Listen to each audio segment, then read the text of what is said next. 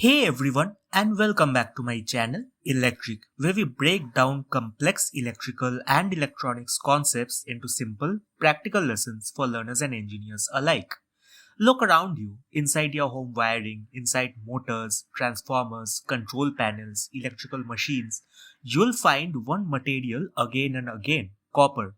But here's the interesting question: why copper? After all, aluminium is also an excellent electrical conductor. It's lighter and is usually cheaper. So, why don't we simply replace every copper wire with aluminium? The answer involves much more than conductivity. Today we'll compare copper versus aluminium based on electrical conductivity, cost, weight, mechanical strength, thermal performance, and industrial applications. And by the end, you'll understand exactly why engineers choose copper for some applications and aluminium for others. This is also a very common topic in electrical engineering interviews. So let's break it down. Let's start with the most obvious factor, conductivity. Electrical conductivity tells us how easily electric current can flow through a material. Copper has excellent electrical conductivity. At approximately 20 degrees Celsius, copper conductivity is 58 megasiemens per meter, while aluminium conductivity is 35 to 37 megasiemens per meter. So, copper conducts electricity significantly better than aluminium for the same cross sectional area. But here's an important point: this doesn't mean aluminium cannot carry the same current. It simply means we generally need a larger aluminium conductor to carry the same current with comparable resistance and voltage drop. For example, imagine you need a conductor for a particular current. A certain size of copper conductor may be sufficient. For aluminium, you may need a large cross-sectional area. So copper provides smaller conductor size, lower resistance for the same size, lower voltage drop, and better conductivity, which is one major reason copper is preferred in compact electrical equipment.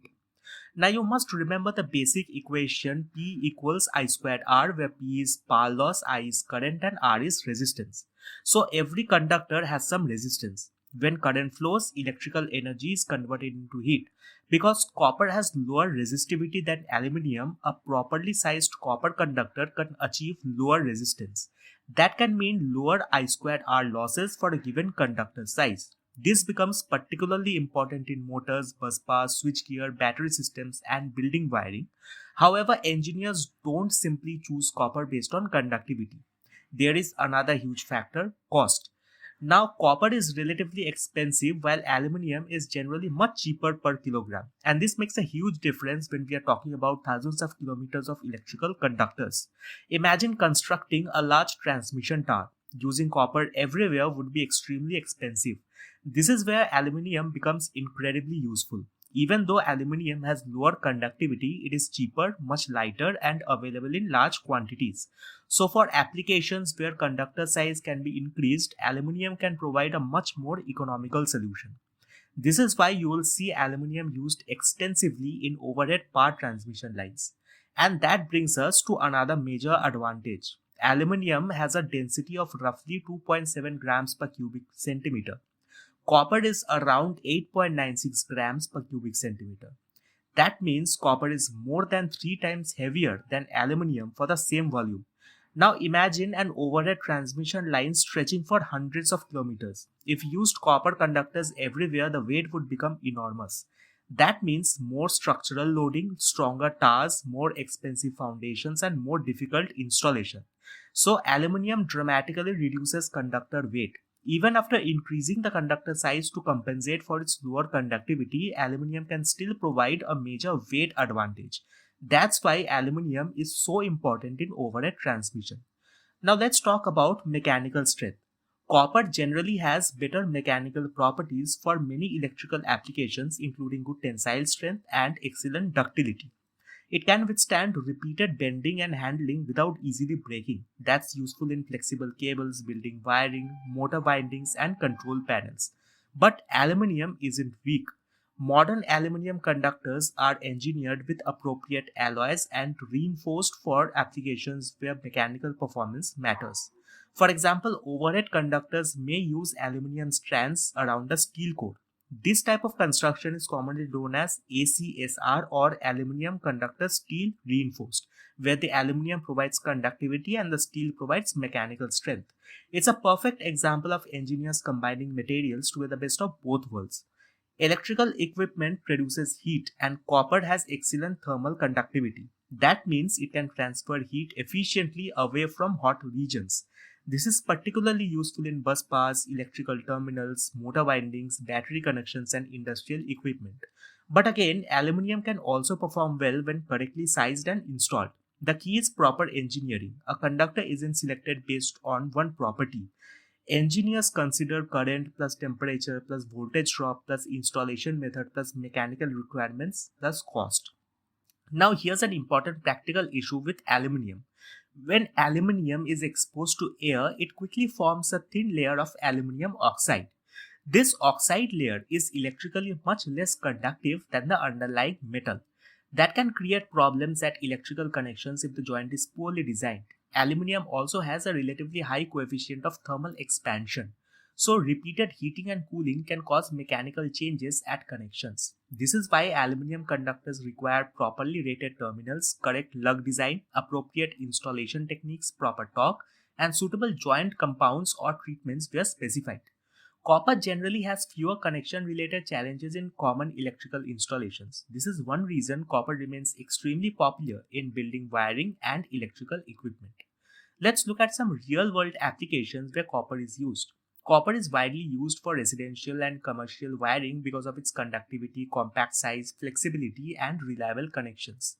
Copper is commonly used for stator windings in motors because high conductivity helps reduce winding losses. Copper is widely used in switchgear and bus bars where compact conductors and high current carrying capacity are important. Copper is frequently used in batteries, terminals, and power electronics with high current connections. And also, copper conductors are popular in industrial control panels because they are easy to terminate and have good mechanical and electrical properties. Now let's look at where aluminium is commonly used. Overhead transmission lines is one of aluminium's biggest applications because it's light plus conductive plus economical. Aluminium is often used for large cross-section power cables where its lower weight and cost are advantageous. Utility distribution systems frequently use aluminium conductors. And finally, aluminium bus bars can be used where weight and cost savings are important and the equipment is designed accordingly. So, is copper better than aluminium? Not always. And this is exactly what you should remember for an interview. Copper wins in several areas, having higher conductivity, better conductivity to size ratio, excellent ductility, reliable connections, and good thermal conductivity. While aluminium wins in others, having lower weight, lower material cost, excellent conductivity for its weight, and very useful for large conductors. Therefore, engineers don't ask which metal is better, they ask which material is better for this application. That's the real engineering mindset. Now, here's a quick comparison between copper and aluminium based on various properties such as conductivity, weight, cost, mechanical strength, etc. So, make sure to take quick notes regarding this and remember actual conductor selection must follow applicable codes, standards, equipment ratings, installation conditions, and manufacturer requirements. Here are some common interview questions. Why is copper preferred over aluminium in many electrical applications? Because copper has higher electrical conductivity, excellent ductility, good thermal conductivity, and generally more reliable connection characteristics. It can carry a given current with a smaller conductor size. Next, why is aluminium widely used in overhead transmission lines? Because aluminium is lightweight, relatively inexpensive, and has good electrical conductivity. Its low weight significantly reduces mechanical loading on transmission structures. Next, which has higher electrical conductivity, copper or aluminium? Copper has higher conductivity. At around 20 degrees Celsius, copper is approximately 58 megasiemens per meter, while aluminium is around 35 to 37 megasiemens per meter. Next, why does aluminium require a larger conductor size? Because aluminium has higher resistivity than copper. To achieve similar resistance and current carrying performance, a larger aluminium cross-sectional area is generally required. Next, why can aluminium connections require special attention? Because aluminium forms an oxide layer and has greater thermal expansion than copper. Improperly designed or installed connections can develop higher contact resistance and heating. Next, is copper always better than aluminium? No. Material selection depends on the application. Copper is often preferred where compact size, conductivity, flexibility, and connection reliability are important, while aluminium is often preferred where low weight and cost are major considerations. So, why do we use copper more than aluminium? Because electrical engineering isn't simply about finding the material with the highest conductivity. It's about balancing conductivity, cost, weight, mechanical strength, thermal performance, reliability, and application requirements. Copper gives us excellent electrical and mechanical performance in a relatively compact conductor. Aluminium gives us something equally valuable, low weight and lower cost. That's why both materials have their place. Copper isn't the winner of every competition. The best conductor is the one that gives the right performance at the right cost for the right application. And that's the mindset of a good electrical engineer. So the next time you see a copper cable inside a building or an aluminum conductor running across a transmission tower, remember they are not competing materials, they are engineering solutions designed for different problems. If you found this helpful, don't forget to like, subscribe, and hit the bell icon so you never miss out on more smart and simplified explanations. Got more questions or want us to cover a specific interview topic? Drop it in the comments below. Thanks for watching, and I'll see you in the next one.